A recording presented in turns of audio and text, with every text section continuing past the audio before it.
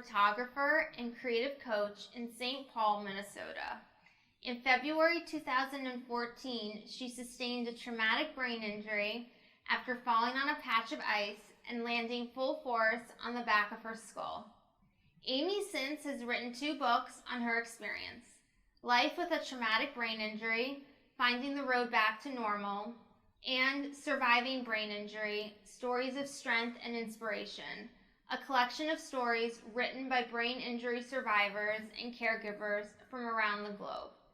Amy's personal mission is now to tell other traumatic brain injury survivors' stories and bring awareness, understanding, and compassion to those dealing with cognitive brain issues. How did your injury occur?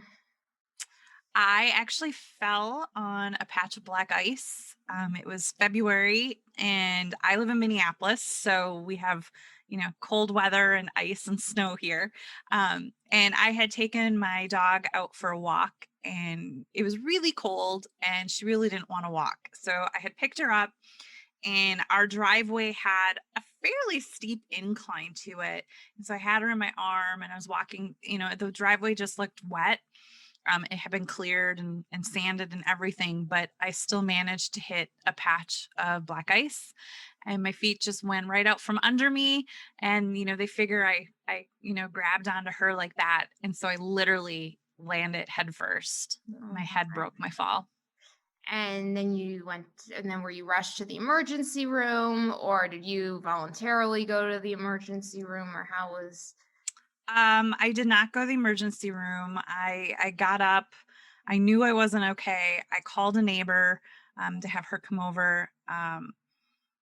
I wasn't even able, I had pulled up because I had just moved here. So I had pulled up Google to look for the closest emergency room and I couldn't read my computer. I couldn't process anything. Mm-hmm. So I knew something was really wrong. And I was a photographer, so I used my eyes for my living. Mm-hmm. So it was really scary. So she had come over and tried to help me. And in the meantime, a friend had called and her husband's a chiropractor. So actually he was the first person I went to. And honestly, I don't know what the ER would have done for me anyway. So, right. It's exactly. A coin flip. Right, of course. So what was your recovery process like? It took me a good 2.5 years to get the proper treatment. Mm-hmm. I, was seeing my chiropractor. I had significant whiplash. I had torn muscles. I had dislocated my sternum. So I had a lot of physical injuries on top of the brain injury. Mm-hmm. And I, was dealing with all of that. And in the meantime, I went to a neurologist and had an MRI, which, of course, came back clear, mm-hmm. Didn't show anything. And the neurologist just kept telling me, well, there's nothing we can do. We just have to give this time. And, I was going to anybody with neuro in their name and they were all telling me the same thing. There's nothing we can do. Just got to give it time. And I was getting so frustrated because I was getting worse and worse and worse. I wasn't getting better. And I finally, at 2.5 years, found functional neurology. And that's what totally gave me my life back, was working with a functional neurologist. Amazing. So you mentioned in interviews and podcasts that you struggled with your microwave and your camera function. Mm-hmm. How did it make you feel that general everyday tasks were now foreign and difficult for you? Yeah, and what's so bizarre is you don't know what you don't know anymore, mm-hmm. until you go to do it. Of course. And I remember trying to put something, it was, I think the first night after I fell, I was trying to microwave something and I was looking at all the buttons. I'm like, I don't know what to do. Mm-hmm. I started crying. I had no idea what button I needed to push on the microwave. Mm-hmm. How many hundreds of thousands of times have I used the microwave, right? And I mm-hmm. had no idea how to use it. Same with my camera. If I was in the studio, you don't really change your settings that much. So that had been fine. It was my first outdoor shoot and I had to adjust for the sun and everything. And I didn't know what to do. I was so I kind of faked. I'm like, oh, you guys just give me a minute. I got to change the batteries. Da, da, da. And I'm like, what do I need to do? Mhm. And in hindsight, it didn't even occur to me to just put my camera on auto. Like, I mean, I'm a photographer, so I use all manual settings, but like I could have put it on auto just to get through the session, right? And like that didn't even Mhm. occur to me. So it's really interesting how you don't realize what's been affected until you go to use it. Mhm. Absolutely. And especially when you've lost something like this and previously prior to your injury, you didn't have, you know what I mean? Everything was fine. Probably in some ways can freak you out, quote Yeah. unquote, you know. So I guess what can people do uh for I mean if they've suffered some type of head injury. So I guess what I'm asking is what type of advice would you give them? Mhm. You really have to be your own advocate Mhm. and, just don't take no for an answer. Like when I kept being told there's nothing we can do, we just have to give it more time. The next time I went back, I went every 6 months to the neurologist and I'm like, what about PT or OT or some sort of T? Like, right? Like, and she's like, oh, I don't think that'll help. And, we've been taught to blindly trust our doctors Mhm. and we don't question them, and that whole paradigm has to change, because they don't know everything, they can't, I mean, and you expect that a neurologist should know about the brain, but that's not really what they're trained in. They're trained more in like the diseases of the brain, Mhm. MS, Alzheimer's, dementia, but they don't necessarily have the adequate training in brain injury. So that's my first tip is just you have to be your own advocate, keep fighting, don't take no, and know that there are alternative providers out there. There's functional neurology, there's Nora optometrists. There's some really fantastic PTs, speech therapists. There are definitely providers out there who do truly understand brain injury. So it's just a matter of like doing some research and finding the right ones. Right.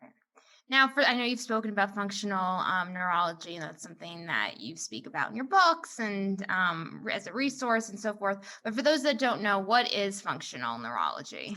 Yeah, so functional neurology is different from traditional neurology in that it's functional. Well, what does Right. functional mean? It means it's looking at your entire body and how it's working together. It's not just looking at one thing. So, how are your eyes working with your ears, and how is the right side of your body telling your left side what to do, and your gait as you walk? I mean, they just look at everything. Mhm. And the majority of them are doctors of chiropractic with the functional neurology diplomate.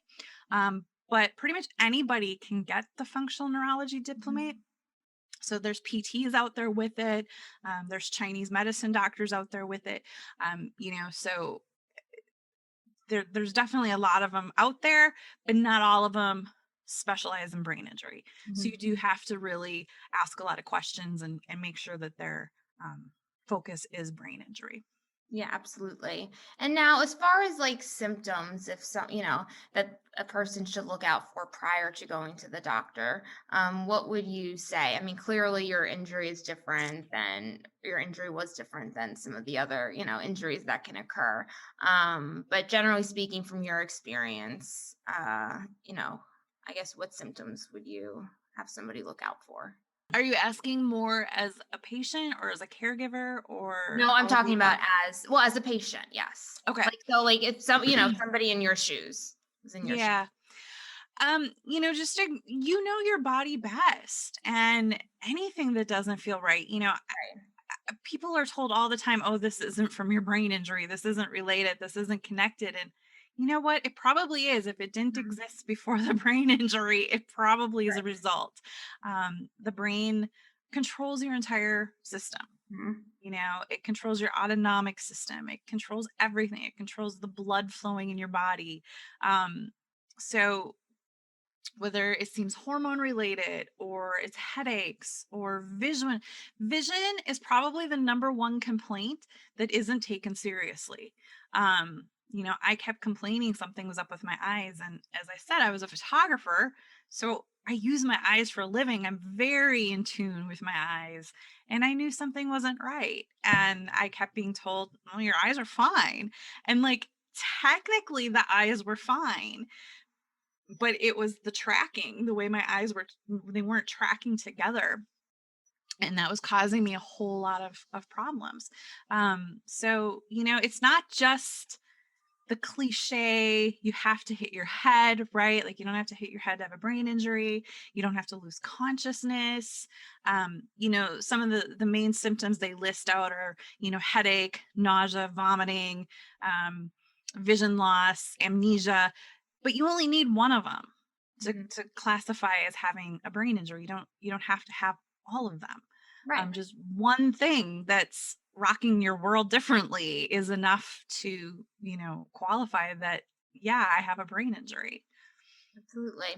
Now, how important, I mean, from your experience, but then just in general, is family and friends, in terms of, understanding, what you have, what you've suffered, and, guidance that you may needed or somebody may need, because of their deficits. Yeah, it for me it was really interesting. Many of my friends drifted away. Like it's just a concussion, get over it. It's been 6 weeks. What's your problem? And when people hear, because originally I was just told I have a concussion. I didn't hear the word traumatic brain injury for probably 6 to 8 weeks. Oh, wow. Um, and concussion is just so downplayed in our society, and which is tragic, now that I've been through it. And people just weren't taking it seriously and not understanding. I mean, I had extreme symptoms. I mean, my memory was significantly impaired and my vision wasn't working right. And um, the fatigue and just the physical pain. I was in a lot of pain from the injuries as well. And, you know, it was so hard to have those friends walk away when I needed them most. And, there were people I thought would be the first ones to be there for me. Um, and my family tried. They didn't get it, but they tried. But they lived 45 minutes away from me, so it was harder for them to try to help me. But I like to say, like, we have to just rely on ourselves first, right? And it's hard because we're broken, we're injured, and we don't know how to take care of ourselves. um But if those people drift away, you have to be able to just kind of lift yourself up by the bootstraps and move forward. And it's really hard on some days to even fathom having to do something all by yourself.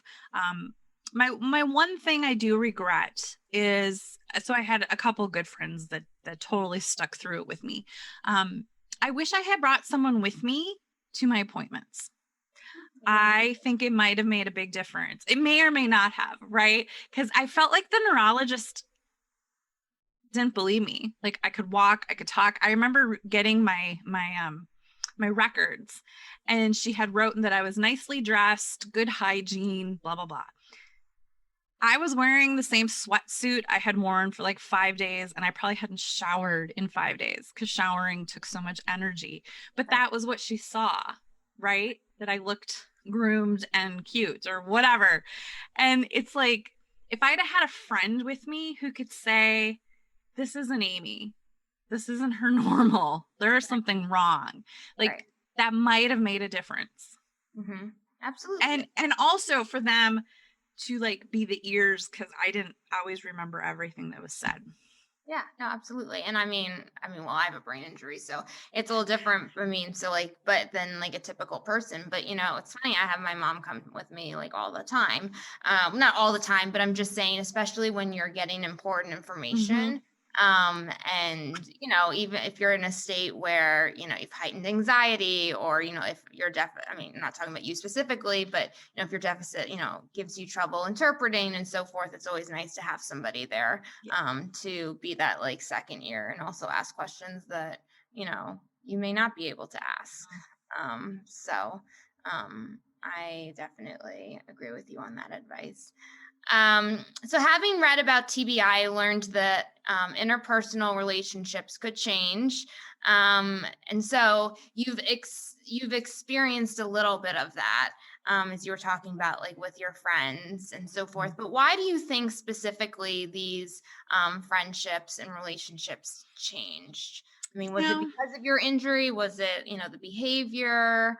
Um, I have were they thought about that scared? question a lot, and I don't know what it was. I mean, I think that they perhaps thought I was attention seeking. I don't know. I really don't know what went on in their little heads, Mhm. because I was freaking struggling. I was calling people asking if they could take me to the grocery store or whatnot. I could still drive, but I didn't feel comfortable driving. Right, of course. So I was looking for help, and it takes a lot to ask for help, right? Like, so when you're asking for help, it was just baffling to me. And one of my friends actually said, it's not like you have cancer or something. Right. And I was like, what? And like, I went through cancer with my mom Right. several times. Yeah. And not that I would wish cancer on anyone, but they know what to do with cancer. Like, there's a plan of action, whether you agree with it or not. We're going to do X, Y, and Z, and then we're going to give that 6 months and do, A, B. With brain injury, there's no roadmap. They're like, like you get drastically different care depending on who you go to. So, I think it's just, they just didn't understand. I think they just truly didn't comprehend how bad my injury actually was, because I was on Facebook. I must be fine if I'm on Facebook. Right. No, absolutely. So, what have you learned through the years, like in your research and just about yourself, about concussions and head injuries that you wish you had known earlier in life? Hmm. I wish I'd have known about functional neurology a whole lot sooner. Okay. 2.5 years is a long time to deal with everything. Um, it might not be appropriate in the acute stage. Like some healing might still have to take place before you can start treatment, but at least I would have had that knowledge, right? Um, Gosh, how I wish I would have known. And like, I literally knew nobody who had been through anything like this. Mhm. I had no one to ask. The one friend I knew who had concussions from playing hockey, um, it made a lot of sense to me later why he always acted the way he acted. But he wasn't very helpful because he never actually had any treatment for his. Mhm. Um, but, just, I wish I'd have understood that there were people out there who could help me, Mhm. instead of just dealing with all the clinicians telling me give it more time, because everything research has shown is you don't want to give it more time. You want to tackle it as soon as possible. And, just like it used to be, go rest in a dark room for 2 weeks. No, we don't want you doing that anymore. Do activity as tolerated. So just even in the 5 years since my injury, research has shown a lot of changes. So I'm hopeful.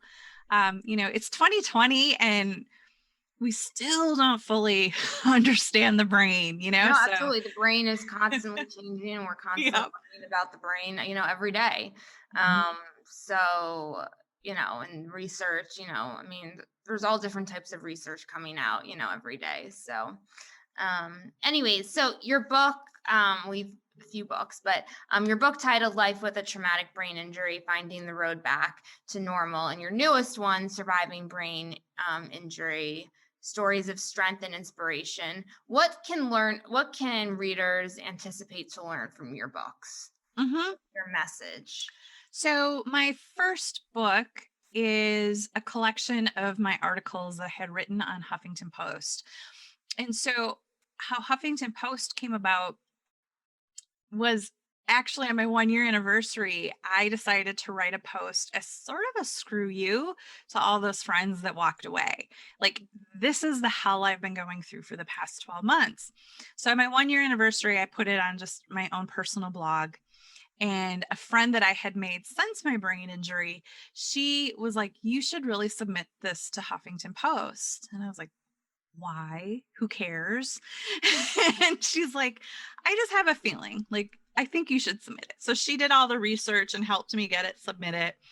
And I heard back the same day that they wanted to run it. And it went ridiculously viral. And that's kind of what led me down this whole road of advocacy work. Was it was in that moment that I realized there are a ton of us out there living with brain injury. Like I said, I hadn't known anyone, right? I knew no one. Except for maybe some people that had a stroke, but I didn't even know that that was considered a brain injury yet. And so I continued writing and posting on HuffPost. And then eventually I met a group of women who had a writing group or an author group. And I joined it, and they helped me take my HuffPost pieces and transform it into a book. Amazing. And yeah, and so it's basically my first like 2 years of recovery. And then I actually had a second book called Embracing the Journey, Moving Forward After Brain Injury. I had no intention of writing a second one, but I got better. And so I knew that I needed to continue writing so that people could see the path I took, and hopefully give them some inspiration to get better as well. Yeah, absolutely. Your books are wonderful. So anyone watching, definitely check them out. So what advice, you're a writer, but what advice would you give to other aspiring writers who want to write about a traumatic brain injury or any other type of difference or disability that they have? Yeah, I think people get in their own way. And so just get out of your way and just write. And it doesn't have to be good in the beginning. Like, it can just be free flowing thoughts. It doesn't even have to be like, you don't have to go into it. I'm going to write this chapter about XYZ. Like, if that's too overwhelming for you, just go into it and just start writing, just start typing and see where it takes you. Because often for me, the fingers just take me on their own journey and I don't even know what's going to come out. Right. No, of course. Some people don't know. Once you start writing, your mind just goes or can go in so many different directions. So I totally get it. So can you share an anecdote from your podcast, Faces of TBI, with members of our community? Oh gosh, I'm actually one. You don't have to share many, but it's a great. I'm coming up on my 200th episode, so I have interviewed so many amazing people. But I think one interview that really sticks out to me is I had the opportunity to interview Dr. Bennett Omalu, who is, if you saw the movie Concussion with Will Smith played Dr. Bennett Omalu, and he's the one that basically discovered CTE in the NFL players. So I actually had gotten to meet him in person at an event, and then had him on my podcast maybe 6 months later. So that's like a true highlight of who I've had on my podcast, and just if you listen to him speak, just the passion he has behind, like, he's not out there trying to get notoriety. He truly wants parents to understand this is what can happen to your kids if they play contact sports. Yeah, absolutely. And now you have a campaign that you superheaded called Not Invincible. Can you tell us about this campaign? Yeah. So when I first had my injury, my website is called Faces of TBI, and so is my podcast. And the reason I came up with that name was because I knew that I was someday going to combine my photography with advocacy work. I just didn't know how at that time. Right. So about 2 years ago, it finally it like hit me one night, and I named it #NotInvisible. And so it's all about, our brain injury might be invisible, but we aren't. And so it's on pause this year, of course. But I had been traveling the country and photographing survivors and sharing vignettes of their story. And my hope is to one day turn it into a book of images and have an exhibit out in Washington, D.C. during Brain Injury Awareness Month. Mhm. My goal was originally to have it perhaps be next year, Mhm. but, Yeah. the pandemic changed those plans, but that's okay. And it will, and things, you'll be Yep. able to do this. It's just a matter of Yep. time. I know this has nothing to do with our talk, but I think come May, June, when obviously the vaccine's starting to come out, but even if Yeah. or not everyone takes the vaccine, I think things will taper to a more normal, quote unquote. Yeah. I mean, I don't see anything really fully changing to nth degree until, Yep. 2021, with masks and like Yep. all of that. And anyways, it's just so I've unfortunate. tried to think of creative ways to work around it. And I'm like, Oh, well, what? everyone is, Just take a break. That's the universe telling me just take a break from it. So absolutely. So and lastly, this is our last question. What is one hope that you have, that you hope that, research, I guess, proves or, advances in regarding traumatic brain injuries? I think having a diagnostic tool that actually can say this person has a brain injury slash concussion, whatever we're calling it, um, whether that's a saliva test or a blood test, whatever it might be. Because I've heard from doctors, Dr. Uzma Samadani is a local neurosurgeon, and she has worked with so many doctors. They're like, well, we need to see the problem. We need to see it. And the MRI comes back clear. An MRI is only going to show severe damage or bleed, right? Mhm. So, I mean, fortunately, you're ruling that out, but it's not definitively telling the doctor you have a brain injury. Like asking you all these questions, that's not what they want to do. They want something that says, here, this person has a brain injury. So, my hope, and I see it in the next year or two. I really do, because I know some companies working on it. But having a diagnostic tool that says, yes, they have a brain injury. And then perhaps doctors will start taking further education on how to treat it, or at least referring you to the doctors that know how to treat it, and getting people the resources sooner. I just think that is the key, is getting people to those right resources sooner in their recovery. Absolutely. I totally agree. And everything you said is just on par.